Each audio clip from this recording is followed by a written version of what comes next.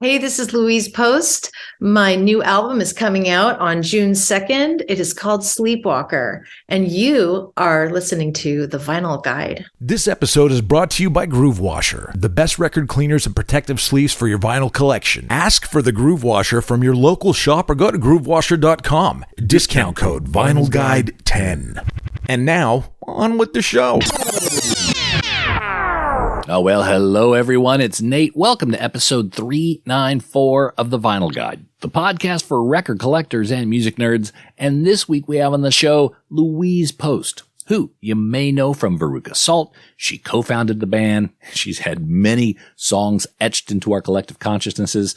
Today, Louise and I dive deep into many elements of her career, her first records, the formative vinyl of her youth, as well as recent and upcoming vinyl reissues of Veruca Salt music, the destruction of the Veruca Salt master tapes, the rare recordings, and more. And today we also celebrate Louise's new solo LP, Sleepwalker, out June 2nd, but there is a track on streaming services now, Guilty, and it's got a video too. Look them up and set yourself up to get the full album when it's released on June 2nd. Plus, there are tour dates and a limited white vinyl version of Sleepwalker, all available for pre-order at louisepost.com. Oh, and hey, if you love Louise Post, and let's be honest, who among us doesn't, there is an extended version of this interview available only to show patrons at patreon.com/vinylguide. That's right. More of this chat with Louise, more facts, more music stories, and it's not only extended, but it's commercial free and high resolution audio. Now, if you're not already a Patreon supporter, you can head up there now. I'm always putting extra stuff up there for the homies that help keep this show going. That's patreon.com/vinylguide. And thanks in advance for your support. And finally, if you're new to the Vinyl Guide podcast, we welcome you with open arms. Grab a seat, there's some beer in the fridge, and enjoy any of nearly 400 other episodes and interviews available for free anytime. Interviews like Jay Mascis of Dinosaur Jr., episode 393 of the Vinyl Guide, Harry Farrell and Eric Avery of Jane's Addiction, episode 387, Steve Turner of Mudhoney, episode 384, Chris Shiflett of Foo Fighters, episode 382, Jason Bonham on memories of his father John and the music of Led Zeppelin, episode 383. Patty Boyd, famous photographer, shares lots of stories about being the former Mrs. George Harrison and Eric Clapton, episode 370. And lots more. Follow the Vinyl Guide podcast anytime for free in your favorite podcast app. Scroll, download, listen, and enjoy. Alrighty, with the upfronts done, let's go sleepwalking with Louise Post.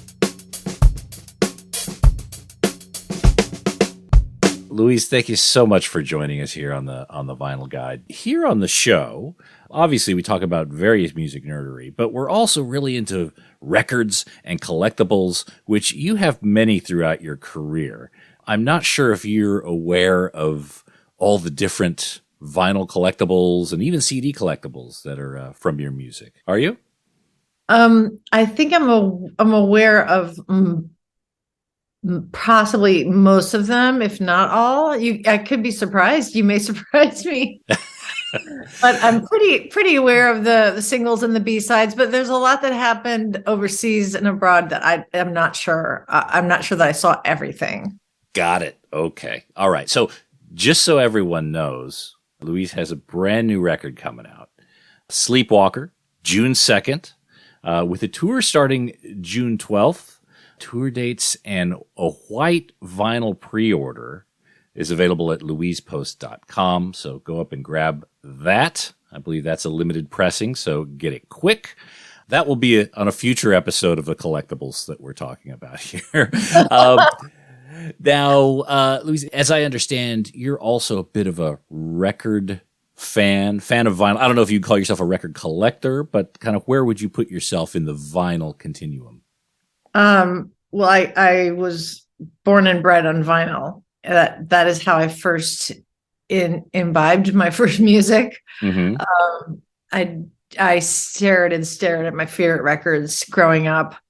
my brother gave me Abbey Road when I was 7, and shortly thereafter, I acquired Let It Be, and I stared and stared at those pictures and wanted to be, I guess the seed was planted. I listened to those incredibly brilliant records and wanted to be in a band. I loved the tactileness of quality of having those albums in my hands, my tiny hands, as it were. I was very small. My brother and sister were older, and they were classic rock heads. So I heard everything through them. And I got the records I was given were like Rumors, Fleetwood Mac Rumors, and As If I Need to Say Who the Band Is, and Heart, Dreamboat Annie, and David Bowie 1, Changes 1. Those are just 3 that I can think of off the top of my head. And I would stare at those records and like, I know every detail, and I listened to them repeatedly on my turntable with the built-in speakers, and music was my love. It was like my first love. And it came out of those speakers off of that vinyl. And I still love to feel the needle drop and hear the music on actual vinyl. Records have always been, like, in my career, have always been a super important part of vinyl records, have been a super important part of that, because I don't, if this digital is just sort of like vapor to me. There's nothing to hold on to, and there's no art attached, and it's all like brightly backlit, and there's nothing you can make it your own. I mean, of course you can make songs your own just by listening to them, but it's different. You don't have that physical attachment. And I think you feel less personally like connected to the music without having something to hold on to. I'm just a purist in that way. I love the actual quality of vinyl. And when we went gold on American Thighs, everyone in Veruca Salt was like, we were given a gold CD at the time. We were like, no. We need the gold record. Furnish us with the gold record, please. And so Geffen Records did that. They gave us a gold record. I would imagine, as an artist, especially in growing up around that time, I mean, you and I are the same era. The music really doesn't feel final until it's on a record. Do you have a copy of Sleepwalker now? Do you have a physical vinyl? No, but I've listened to the test pressing. That was awesome. It was without artwork, but it was still really cool. Mm-hmm. Yeah, I got to hear it on a test pressing, but I can't wait to actually see the artwork and pull it out. The artwork is so important to me and always has been. And there are some records I haven't gotten it really right with the artwork. And this one I made sure to follow my vision. And because I was a sleepwalker as a child, and my brother's a photographer, and he took, my younger brother took a bunch of pictures of St. Louis at night and put out a book called Ghost Town some years back. And the photos are just glorious. And it was he took a lot of photos of buildings that were about to be buildings or structures or monuments that were going to be soon after torn down. And they were just haunting. And I asked him to shoot the cover, but he has 4 little kids and he was pretty busy. And so I asked a friend of mine, offered to come to St. Louis, meet me there. And because I grew up there, and that's where I did my sleepwalking. And she shot me on the cover walking in the dark in a nightgown, in a ghostly way. And in the inside, the gatefold, we have my 7-year-old niece in the same spot, walking in the same place. So it's she looks very much like me as a little girl. So you actually went back to the location in St. Louis where you originally sleptwalked as a youth. Yeah, I did. Yeah. Wow. Okay. That was important to me. I needed the trees and I needed the feel of the air. I needed all of it. Do you spend a lot of time in front of the record player these days? Is it are records part of your daily or weekly life? I wish I could turn the camera so you could see my house. I will say my husband is the bigger vinyl nerd of the two of us. We moved into this house and got a nice stereo with custom speakers that were, we bought from Utah, or he bought from Utah, and they're beautiful. And And my sister said to me when we moved in and she came to this house, she said, I see you filling this house with music, amazing, beautiful music. And indeed we have. It was like she manifested it for us. And we've both written records in this house, 2 records, at least. He has built such a massive vinyl collection that you'd be stunned if I were to turn the camera around. We don't have enough shelves for all the records. He became such a vinyl nerd that he first subscribed to Vinyl Me Please, and then was a part of many record clubs, including ones he created himself. And over the pandemic, he and his good friends would send each of them, with this college friend, they would send each other a record a month. So they had this, and then he had another one of those, with a group of those. So a lot of the bands I hear come through him, like bands I love and hear repeatedly come through Tony, because he plays. There's so many records in my house, and he's a huge fan of vinyl and vinyl art. He's always really taken by the art. And he shows me, oh my God, look at this. He's a huge fan of, speaking of Australia, King Gizzard and the Lizard Wizard. And of course their vinyl is incredible. And so we're always like amazed by what they put out. And he's always just floored by it, you know? And so my husband just made a record himself called the Brontosaur Reaver, and the vinyl is beautiful. He just went all out on it. He has like a 12-page booklet with each song has a different piece of art devoted to it. He collaborated with this wonderful visual artist. The vinyl itself is double album, splattered vinyl, heavy, gorgeous record, embossed. I mean, it's just gorgeous. So yeah, we are big on vinyl in this house for sure. I would say so. Now, you had older siblings, yeah? Yeah. You were the youngest? I had one younger. Okay. So, well, two technically. I have a step family, yeah. Okay. So a lot of that, sounds like a lot of that influence and musical cachet came from your siblings. Do you recall the first record that you bought with your own money? Yeah. It was the B-52's Whammy, and the B-52 is my own private Idaho. Is that what it's called? The red one. Oh, something Planet, Wild Planet. Oh, Wild Planet. Okay. And shortly thereafter, I purchased the yellow B-52's record. But yeah, those were among the first. Was that kind of new territory for your siblings? Was anything shocking about that, or did they welcome it along with the classic rock? Well, I was older then. Actually, let me back up, because that was later. I bought the Cars. And I saw that concert when I was 12. And I feathered my hair. I was on a double date of sorts with my big sister and her date and his little brother. And he was, 14 and I was 12. He was, I think, a freshman in high school. And I wore a rugby shirt and a striped shirt, and I feathered my hair, and he didn't take any notice of me. But the concert was great. It blew my mind. So yeah, that was really something. And even before that, my mother and her boyfriend took me to see Jackson Browne at this giant outdoor arena, whatever, shed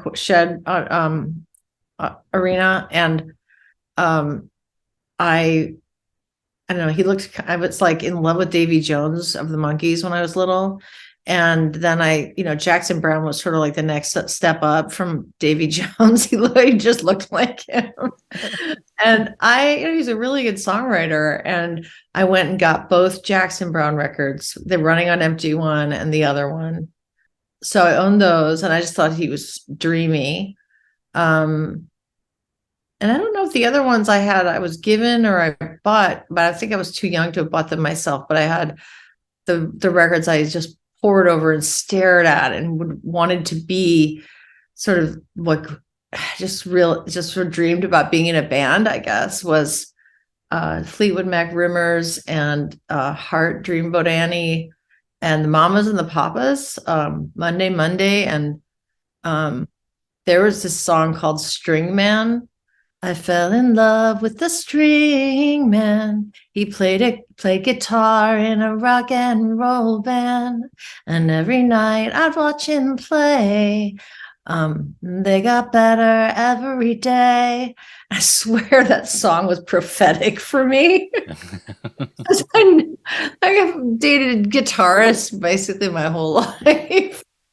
And I just looked at, and of course there was Mama Cass and Michelle Phillips on those record covers, and Stevie Nicks and Christine McVie and Nancy and Ann Wilson, and then just all of the Beatles. I wanted to be them. I was, like, which Beatle do I think is the cutest? And it was a tie between Paul and George, but I ended up marrying a guy who looks more like John. And I just fell in love with the magic behind making albums and what happens with the chemistry of those people when their voices come together and they make these beautiful songs that are just so, I guess, a haven for a safe haven for a child, an escape, something you make your own. Music is so intensely subjective and personal, and once it's, as a musician, it's like once you've released it, it's not yours anymore. It's the world's. It's other people's. There's a beauty to that, and sort of like almost a sense of loss. It's like you're letting it go, But that's where I fell in love with music, and where I became someone who wanted to make music, and I think the seed was planted and wanted to be in a band and make music with other people. With Sleepwalker, I've only had a couple of days with it. I recognize your voice in the lyrics from knowing your work pretty much throughout your career. Hearing Sleepwalker, the lyrics clearly Louise Post. The music has evolved. It's in a different place now. And I think that's a good thing. Artists always need to evolve. Going into Sleepwalker, was that something you recognized? You were in a different place musically. Yeah, I have at times been very clear that I want to make a bombastic pop rock record. I want it to be balls to the wall, like wheels up, let's do this. And heavy drums, and the heavier the better. And this was not that. That is not the place I was in. And I may be again, but I wasn't there for this. And I didn't set out to make a kind of record, but I've always loved pop and hip hop and, dreamscapes. I was just talking about Eno. And the funny thing about one of the many surprising things about having a kid is that their music infiltrated my life, and my child has really good music tastes. And I didn't expect to be influenced by music that they brought to the table. Like, it's one thing to hear stuff via my husband or friends, but to hear it through my 12-year-old is different. And it wasn't just that, but I heard things that I otherwise wouldn't have heard. And then I've had my own discoveries, like that, during the pandemic. I don't know where I happened upon Post Malone, but his music really, like, for whatever reason, it just got me through. I think he's an incredible songwriter, and I think he probably has a great team of people who help him with that. But his spirit, his music, and his person, and his songs essentially like helped carry me through that. And a lot of music did. It's the stuff that I turned to. I was never, until really recently, a Taylor Swift fan. That happened. But that was recent. That was very recent. And I'm all in now. I'm like, oh, wow, I've been missing this the whole time. I heard a lot of Billie Eilish at the time. One of my favorite moments of lockdown, one of the things that gave me one of my happiest moments maybe during that time that felt so dismal, was Billie Eilish did like a live concert, like a virtual concert, right? And I did it just for my kid, or so I thought. It was so beautiful. It was so beautifully rendered. All the digital, the CGI stuff was so gorgeous, and it was so beautifully done. And I became a real fan of her and her brother. Absolutely. I think Phineas is an incredible songwriter. And I just didn't go into this album thinking I need a full band. If anything, I felt like I don't want the weight of full band around me. I wanted to collaborate with like one other person and find what this record is together. And I had already been making demos, so I had an idea. I was using like drum loops on Logic and playing bass and playing all the instruments myself and singing my harmonies. And I had some demos that really excited me. So I kind of already knew which direction I was going in. So let's go back a little bit. Now, the name Veruca Salt, Willy Wonka character, was there ever any issue with using that name, Veruca Salt? We'll be back after these messages. Hey everyone, I'm here to talk to you about Seems Easy record sleeve repair strips. Ever find a record in a used bin where the vinyl is gorgeous, but the sleeve has this ugly split and is even falling completely apart? Well, that's okay. Grab it anyway, because with Seems Easy record sleeve repair strips, you can fix that right up. Seems Easy record repair strips repair seam splits from the inside, so it doesn't affect the appearance of a record sleeve, but it does make it functional again. With Seems Easy, records can now slide in and out like new. Turn a $5 record into a $25 functioning collectible. Just ask your local record shop for Seems Easy strips, and if they're not in stock, go to seamseasy.com. That's Seems Easy with 2 Z's. Seems Easy record sleeve repair strips. Seems easy because it is. Oh, and hey, record nerds, don't forget to clean your records with the very best and safest record cleaner, the Groove Washer. Make your records look and sound their very best and store them with confidence using the new Groove Washer Groove Guard record sleeves. You gotta try this out. It makes a huge difference to the quality of your vinyl experience. Ask for the Groove Washer by name at your local record store and accept no substitutes. Or head over to groovewasher.com and use discount code VINYLGUIDE10. All hail the Groove Washer. That's groovewasher.com, discount code VINYLGUIDE10. Now we return to the program, already in progress. No limits. So let's go back a little bit. Now, the name Veruca Salt, Willy Wonka character, was there ever any issue with using that name, Veruca Salt? No. Never got a strongly worded message from Warner Brothers or whoever about that? Oh, I think it had it had become public domain, and we snatched it up as our band name without any problems. The only problem was that another band called themselves that right after us, and we'd already recorded music under that name, so we had to have our management, do some kind of casual cease and desist. I don't know. Yeah. That was something that happened. And then there was a time at which I'd kept the band name, but the band name and the band going without the original members, and I let the name lapse. Not that, what do you call it? What you call it? You tell me. Like a trademark? Yeah, it was not that. But so it became kind of up for grabs, and there's a shop called Veruca Salt, and the domain. The domain. Thank you. Thank you. Yeah. So that was the only problem with it, but having it in the beginning was never an issue. Mm-mm. Okay. Now at this point, do you and the Veruca Salt entity control the music like American Thighs or Blow It Out Your Ass? Is that something, do you know where the master tapes are? Do you control the rights to the music at this point, or is it property of some other label or entity? Interesting question. It is still technically the property of Universal. Mm.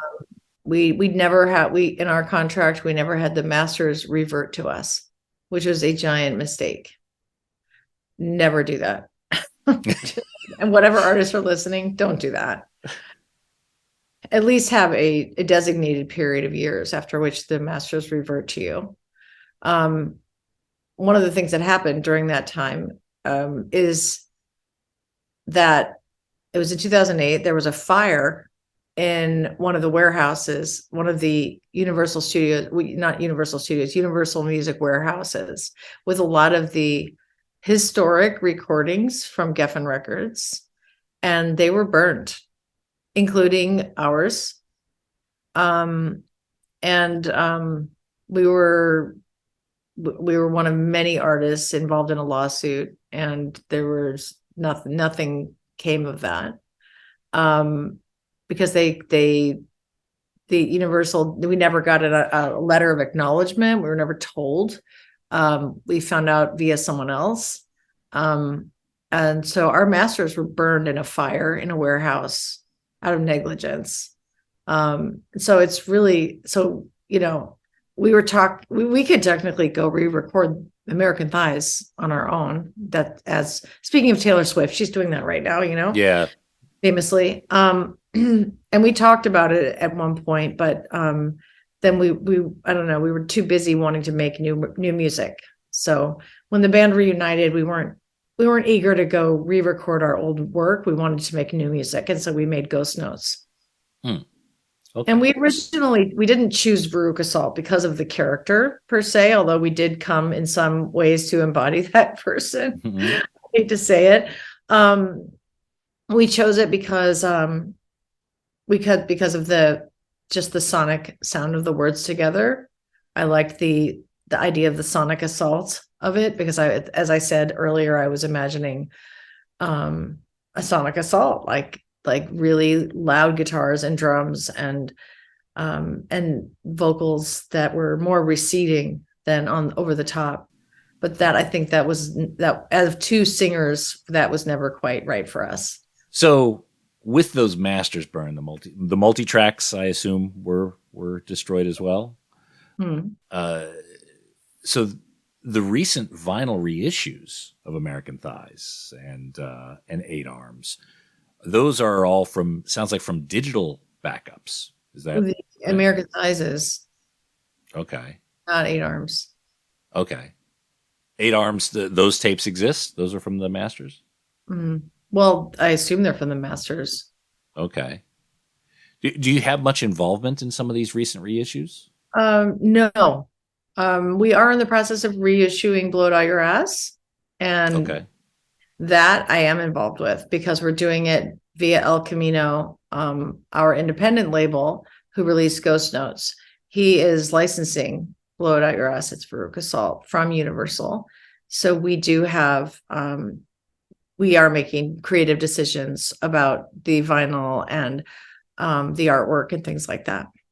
So Universal has granted us that. So we are going to be reissuing that EP. There were only, I don't know how many were ever released, but not many. And our fans have been asking us to reissue that for a really long time. Okay. All right. So that's something for another time.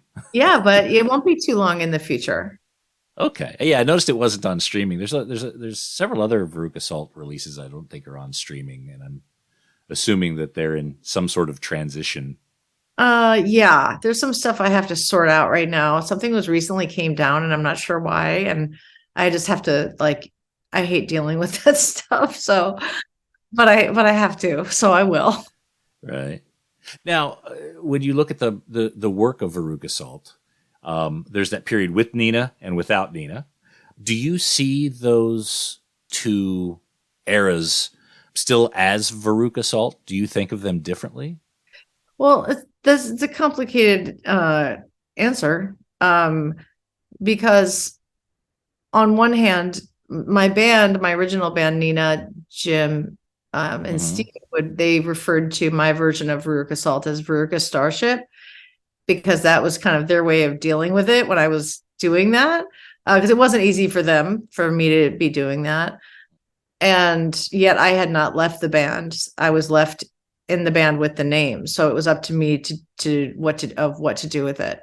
And I was not done. And I felt like I wanted there to be more Veruca Salt records in the V section at the record store, honestly. Mm-hmm. Speaking of vinyl.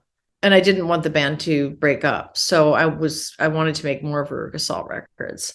And so in hindsight, if I had had the genius moment of thinking this would be a great moment to name it Veruca Starship, I would have, because if anything, it gives credit to all the players I played with.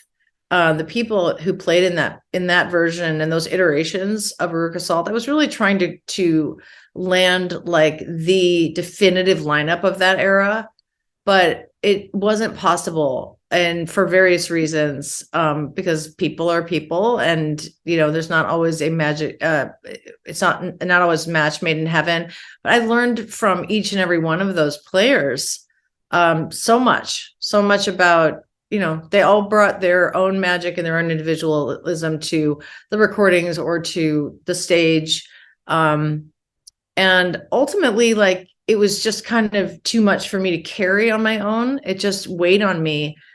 And I felt like I had to be everyone. I was carrying the name, right? So I had to stay true to the sound, which was natural. I had to maintain, it was really important to me to maintain the signature sound of Veruca Salt, but I was missing my partner, so that was an impossibility to some degree. And yet, the band itself, or the brand itself, gained a lot of fans during that era because of the songs that I released as Veruca Salt on Resolver and Veruca Salt 4. And so, I would say, yeah, those are Veruca Salt records. They're just not the original lineup. And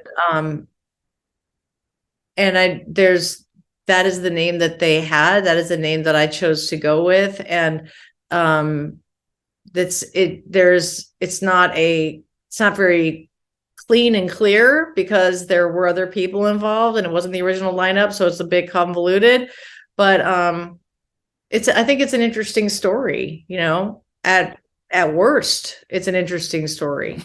That there were a lot of different players that came into the band at these various times and then left, and the original lineup came back together for a really, happy chapter, like a very healing and harmonious reunion. And I was so happy to put the strife behind me personally and be able to go on and restore what did feel to be the right the right lineup for the band. It definitely felt like everything had been restored to its right place, and it was a relief for me personally. Probably I could speak for the rest of the guys too, but I don't ever want to diminish the people who stepped in and wore that brand proudly. And came out in the band and were on the records, because I played with really formidable musicians who were my dear friends, and they also stepped into some pretty big shoes, and they gave it their all, and I was lucky to play with them. There are moments of Veruca Starship I absolutely adore, and that's actually some of the collectible records, like Resolver. Finding a vinyl copy of that'll set you back $200, something like that. And I know there's a lot of people looking for those. Would you consider reissuing some of those on vinyl? Well,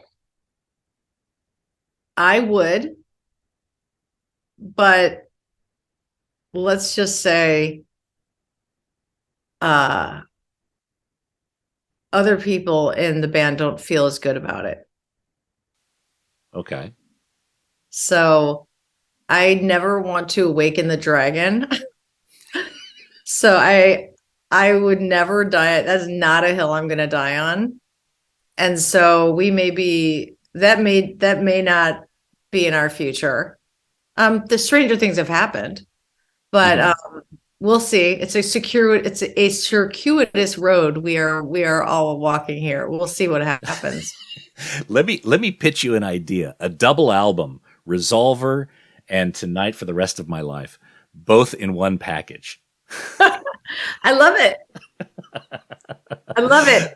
You know what? Have Nina on next. You can pitch it to her. Yeah, absolutely. So when the band got back together, there was an RSD release. I think there was a single, Museum of Broken Relationships, and then a Record Store Day 10-inch release. Yeah. Was that kind of a test flight? Was the band fully into making Ghost Notes at that time? Yeah, explain to me kind of the decision of creating those two. Well, we originally Nina and I reconnected. We were just going to get together and sing and see how it went, I guess. We talked about maybe doing what a lot of bands were doing at the time and playing American Thighs from start to finish kind of thing. And we played and sang some old songs, some of our old songs together. And it was just gorgeous. It was such an amazing moment to reconnect and to catch up and to realize that, we met playing music.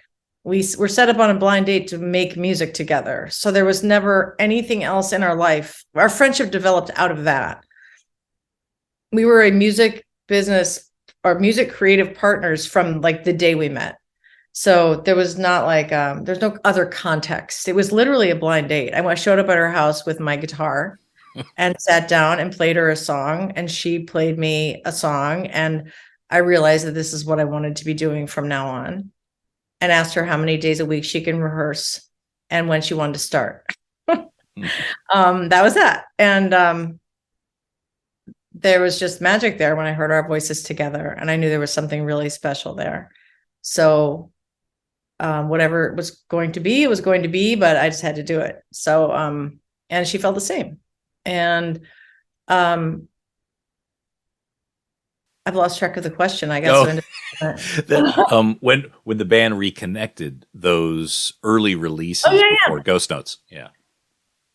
So we talked about just getting together, but when we started getting together and playing Nina's basement, here in LA, we started writing almost immediately, and we were just not interested in playing old stuff. It's like I said earlier, it might have been interesting and maybe a power move, and maybe we still could, re-record American Thighs, but we just wanted to write. And we've always fueled each other. We've always inspired one another, whether really from up close or afar. I think it's that kind of relationship. It's a lifelong creative partnership that is there's within which there lies a healthy competition. And we want to, I think, inspire, elevate, and impress one another and keep each other excited, and we also need to find ourselves individually as people do, and musicians do. And they're certainly in a band, the lines become blurred, and we started to lose track of who was who, and what, and losing a sense of our autonomy when we were working together so intensely. But on Ghost Notes, we came back together and I think felt healthy, happy, and whole, and ready to do this, and coming at it from a different angle, but so excited, with renewed excitement and love for one another, and for Jim and Steve. It was just lovely. It was a beautiful time. And we immediately started writing. And I think I know that it was when I called her and I said, I have a song. We got together and I played her Alternica from Ghost Notes.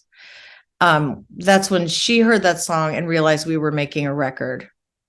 And that's when things shifted, and we were off to the races with that record.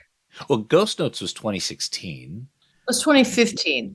Oh, 2015. Okay. Yeah, Museum of Broken Relationships and It's Holy were of the first songs that we were recording. We went in with Brad Wood, our original producer for American Thighs, and recorded those songs. But we knew already that we were making a record. There wasn't a question of just, should we test the waters? Should we just see how this goes? We were already in it deep, committed, and we were on our way.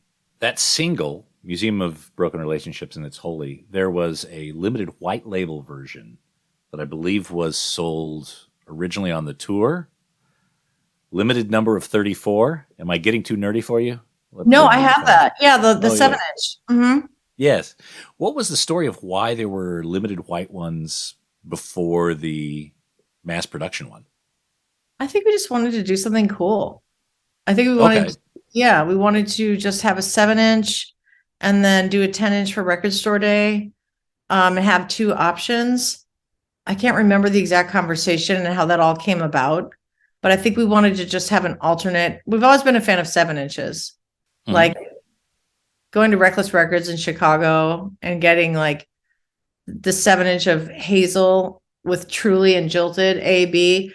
Because I heard them on WNUR, Northwestern Station in Chicago, like driving up Lakeshore Drive. I would go get my records at Reckless Records back then, and I had everything on vinyl. And all I wanted when we recorded Seether, and we were recording American Thighs, and we put out Seether and All Hail Me. I was most excited of just going to Reckless Records and seeing our 7-inch in the V section. That's all I cared about. That was like the top of the mountain for me. Everything after that was gravy. That was the orange one, yeah? They're orange, but there's also, there are two different oranges. Oh, okay. Yeah. Do tell. There's an opaque and there's a translucent one. Which is the rarest? Oh, God, now you've got me. I don't know. Oh, okay. That's all right. That's fine. That's fine. A lot of people tap out at this level. That's fine. It's there's also while we're on that, the 7-inch of Museum of Broken Relationships, there's a limited edition of 34 that are just on a white label. They don't have the regular label on them. Oh, yeah, yeah. As I understand, those were only sold at band shows. Yes. Yes. Okay. Any recollection about why that was, or was it some weird misprint that? I think it was a misprint. I think it was like, God, what was it? We got them early, like they hadn't had time to do the sticker yet or something. I don't know. I can't remember. But yeah, and I think we did etchings on one of them. I think it was, oh damn. You had one with etchings that was, well, this is way back. There's a special etching 7-inch for the UK release of American Thighs. Yeah. We also have etchings on Ghost Notes right around the inside. We did etchings around the sticker. Mm-hmm. So the label Velveteen, does that still exist? Interesting question. It has been just a vanity label up until now, but I just incorporated, so it's official. So I can, if I choose to officially release things on Velveteen, like I can become my own record label. You could cheat yourself out of the rights. Yeah, right. I just can't wait to cheat all the bands. Cheat myself and everybody else. It's gonna be great. Ooh, I'm gonna take me to court.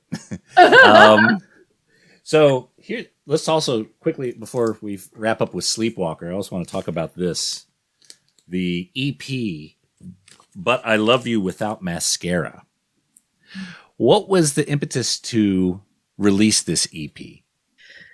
So I recorded those songs in Los Angeles in the fall of '97. The band had come off tour, world tour. We had actually just been in Australia and Japan and New Zealand. And we got back and we played some shows in the States, and then we had a break, and we were going to start writing for our next record. And I recorded some songs in my best friend lived out here, other than Nina, my other best friend, childhood best friend. And I lived with her, stayed with her, and we booked studio time. And I had heard she was in a band called Stained and Lit.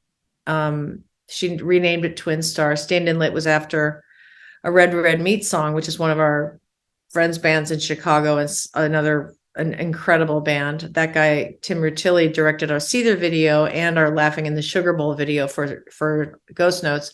And he's been in the band Caliphone for a long time now. But anyway, my friend was in this band, Stained and Lit, and and then changed it to Twin Star, and her drummer played on it, and her bass player lent me his bass for it. And I played the bass and had written these songs and was writing, and I co-wrote one of them with that drummer, and his name's Matt Fass, and he has been on me for years and years to release those songs. They never made it onto the Veruca Salt record that was to be with Nina, and Jim had left the band at that point. So it was Stacey Jones and Steve Black. They didn't make it onto that, obviously, and they didn't make it onto Resolver. So they've just been there, these recordings, these lone recordings, and I kind of forgot about them, to be honest. And this guy Matt had them and sent them to me and said, some years ago, I was like, you really should record these. And he was on me so long about it that finally I was like, yeah, every time I listened, I was like, yeah, these are good. I should release these. And finally it just felt like the right time. And I wanted to co-release them with my friend's music from Twin Star. But she just wasn't interested. She wanted to write new music and didn't want to release that stuff. And so I thought, well, what the hell? But that's at the very last song, the end of the last song. It was like a big sing-along. And my friend James Ehow was there, and Pat Smear stopped by, and was like, everyone was hanging out, and everybody was singing the la, la, la, la, la, la, la, la, la. And Joe and I was yelling at Joe, and my friend Joe, and she was talking about something about, like, I was like, come on, like, what are you doing? And she's like, well, I have to put my mascara on. And I said, but I love you without mascara. And so if that's the very last song, and I think it's the last thing I say on the record. So I just decided to name it that. And it was just a moment in time last year where I thought it'd be fun to do. Just let these songs here, see the light of day, and just just say hello to the fans, like, here's something from the past, like it's a little time capsule that I want to share with you. And it was honestly the first thing I had released that, if I think about it, under my own name. So that was, in a way, it was a bridge to what I'm doing now. Now, one other thing I want to ask you about is the Depeche Mode cover. Somebody. Huh. I adore that. And I think that was more Veruca Starship era. Correct me if I'm wrong. That is one thing that I do regret. It's so interesting you bring that up, because I just saw that. And I thought, why did I not put this under Louise Post? Even if I was hell bent on keeping the name Veruca Salt going, that moment was just me. And that is in no way Veruca Salt. That is purely me.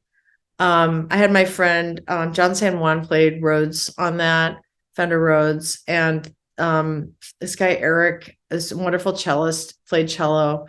And I did it at Gravity Studios, which was like a second home to me. And I just wanted it to sound like I rolled out of bed and just started singing. And so I did it on very little sleep. And that song was so important to me that I wanted to do it justice. And the only way to do that would be to make it like dripping with authenticity, like just so personal, because otherwise there's no point. It just felt like this song, it felt like I was treading on greatness, on the tails of greatness. I wanted to do it justice. And I wanted to, the only way I knew how to do that is to just let my heart bleed into it. And Nina and I had just broken up, and I was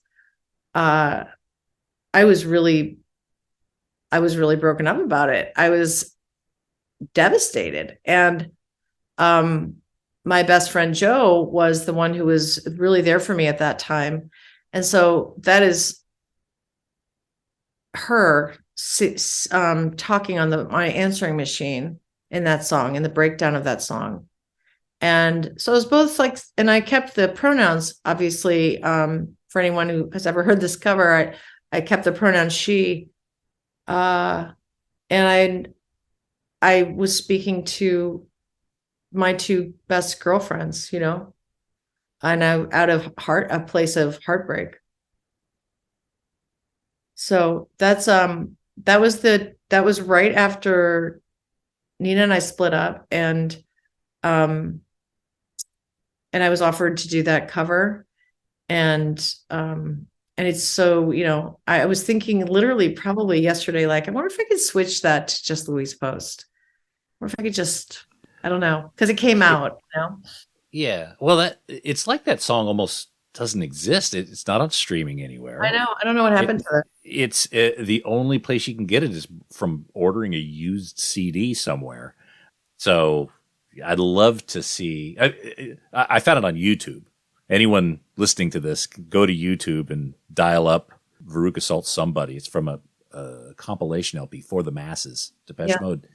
But I don't think that album will ever be available on vinyl just because of rights and everything like that. So it's pretty hard to find. Certainly, it's funny they used a picture of Veruca Salt. Whoever posted that song used a picture of us from the 90s from American Thighs. It's like so completely off.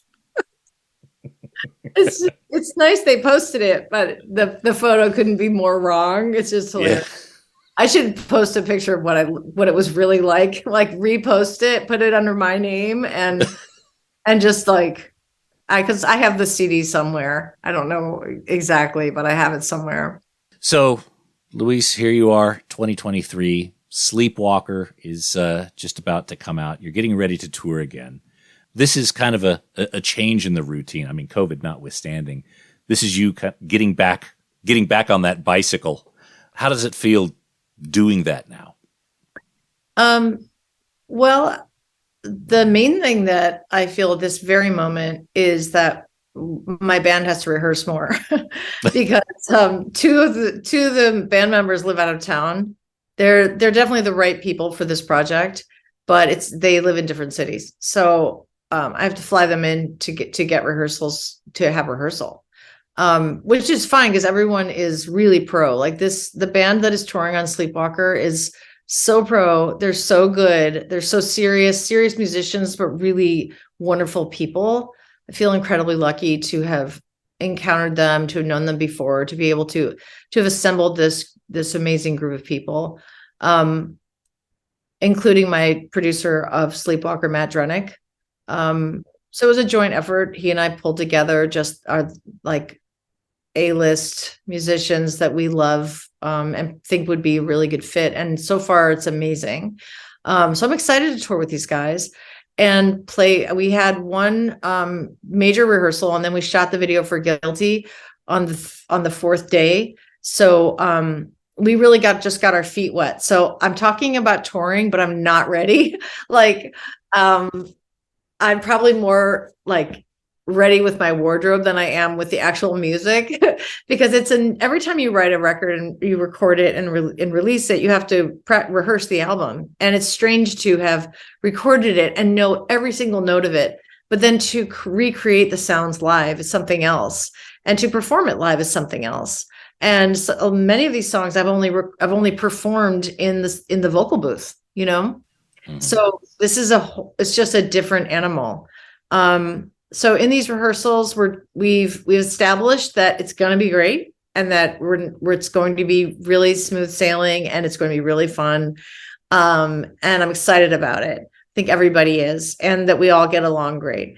And I think the next slew of rehearsals, which is next week, is going to be really solidifying what we're doing, getting our set list down. We're doing a couple covers. We're doing some Veruca Salt / Veruca Starship songs. So we need to get those in and tighten those up. And we're just, and then the last slew of rehearsals, the dress rehearsals, will be right before we go out. And by that time we'll be ready to roll. It's just funny to be talking about touring right now when I feel so completely unprepared. What's changed with COVID? Because now there's kind of it's a new world out there, and especially for touring musicians, are there new rules, new regulations, things you have to deal with you haven't had to deal with in the past? Yeah, I mean, I haven't done it yet, so I'll have to get back to you on that on our next time. But everything is different. And I think enough time has passed at this very moment where the panic has somewhat subsided. Hopefully there isn't a new wave of something that renews that and snaps us into like high alert again. But there's just a calmer atmosphere out there right now and what I'm experiencing. But I definitely, it's this feeling of like the world changed. It just, where there was a tectonic shift in our world when that happened. And we're all kind of coming back to life, and back to real life and learning what real life is now and learning what our new reality is. And I guess in that sense, yeah, like I don't want to get sick on tour. I want to be healthy and I want everyone in my band to stay healthy. And that's really important. And so that we can really make it count, because what I have found post the height of COVID is that live shows are more meaningful than maybe they've ever been. Like going to live shows it usually takes some contrary action. Like I'm so used to being a homebody now that going out is not natural to me. Also, like I do have a kid, so I tend to want to be home and be with my family. But when I go to shows, I tend to be really moved and elevated in a way and excited about music in a way that I haven't been for a really long time. And it's just so important that the musicians are playing and releasing music, and that artists are painting and sculpting and directing and writing, and that everybody is contributing to this essential pool of art that keeps us feeling alive and excited. And that's why I'm making this record, why I'm doing this tour. It's because I want to connect with people.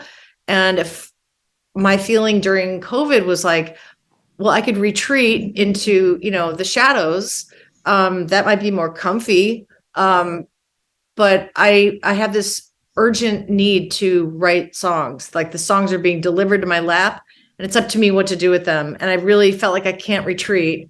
I have to show up. I have to show up for my fellow artists, for fans of the music that I've put out thus far. I am an artist, and to be quiet would be contrary to who I am as a person, and would be doing myself and possibly, if I may say, like the rest of the world, a disservice. And I say that not just about me, but about every musician who is inclined, and every artist who is inclined to make art. I feel like we have a somewhat of an ethical responsibility to ourselves and to the rest of the world to actually create and release that, because we are all interconnected and we give each other life and breath, and we make each other motivated and give one another hope at times when things feel, shaky, whether on a global political stage or in terms of having been through the pandemic and all of the things the existential concerns that we may have. We need to help each other through it, and we need to support one another. And I guess I say this humbly, if there's something that I can do, it is to share my craft and my voice, and to let it ring out loud. That's beautiful. Yeah.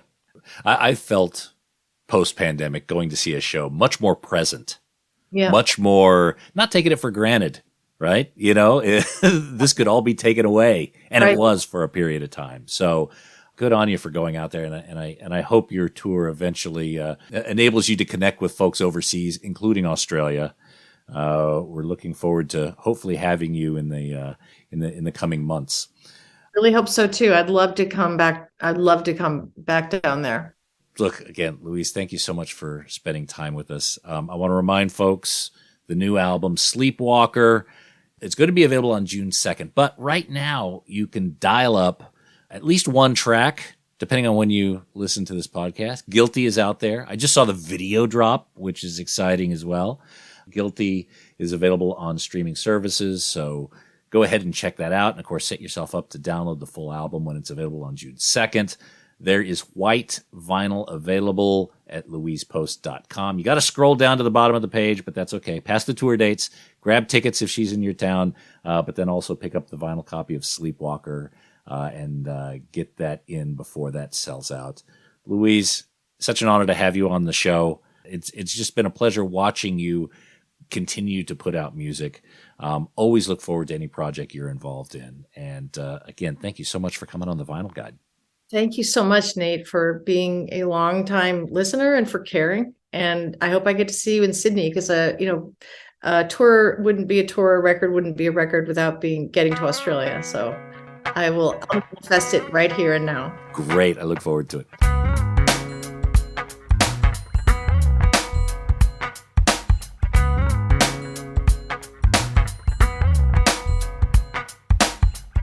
Oh, she is absolutely delightful. Louise, thank you so much for coming on the Vinyl Guide, and look forward to having further conversations and hopefully seeing you in Australia on the Sleepwalker tour. And again, folks, don't forget there is an extended version of this interview available only to show patrons at patreon.com/Vinyl Guide. Head up there now, help support the show. $5 or $10 a month, whatever you can afford is always helpful, always appreciated. That's patreon.com/Vinyl Guide. Alrighty, and that's it for this episode of the Vinyl Guide. Thank you so much for tuning in. Please share these episodes on your social media. Put them on Facebook, tweet them out on Twitter, share them in the Reddit forums or Facebook groups. Tell your local record shop about it. Even your other favorite record nerd friends, show them how to get this podcast on that smartphone of theirs. That is always appreciated. And we'll be back shortly with a brand new episode. So until we talk next time, get out there and buy some records, people. Cheers. That's it for this episode of The Vinyl Guide. Send your thoughts to Nate at thevinylguide.com or follow or tag us on Instagram at Vinyl Guide. Until next time, keep spinning.